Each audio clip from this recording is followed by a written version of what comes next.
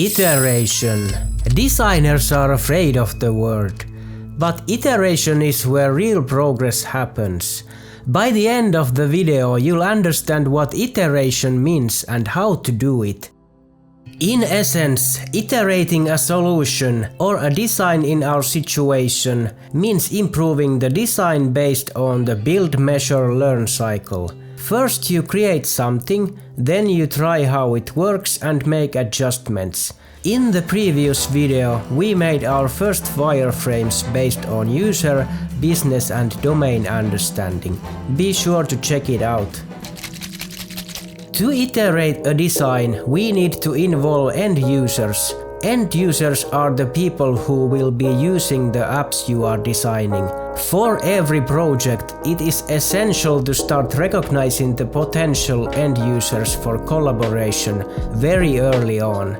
Once you have identified them, you can contact them and organize online or on-site workshops with them and make the early wireframes in very swift iterations. Nothing beats a session where you can facilitate a collaborative design workflow that supports the end user's business needs. Remember that at this moment you need to know the essential concepts of the domain and the customer business quite well. If not, you can always ask.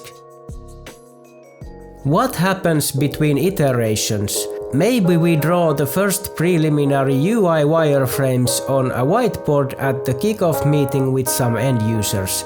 After returning from there, you will ingest all that information and collaborate a while with your teammates and make 1 or 2 iterations. Depending on your chosen tools and experience, you might start making the next iterations on Figma or similar, incorporating the brand of the customers into the visual designs. Remember, it is useful to benchmark similar applications from the customer and get their brand guidelines and/or design systems if such exist. So, add, ask, adjust. That is the rhythm of design iteration. Iterating isn't just repeating, it's learning, and the faster you learn, the better your designs get. If you found this helpful, subscribe and stay tuned for learning my UX secrets.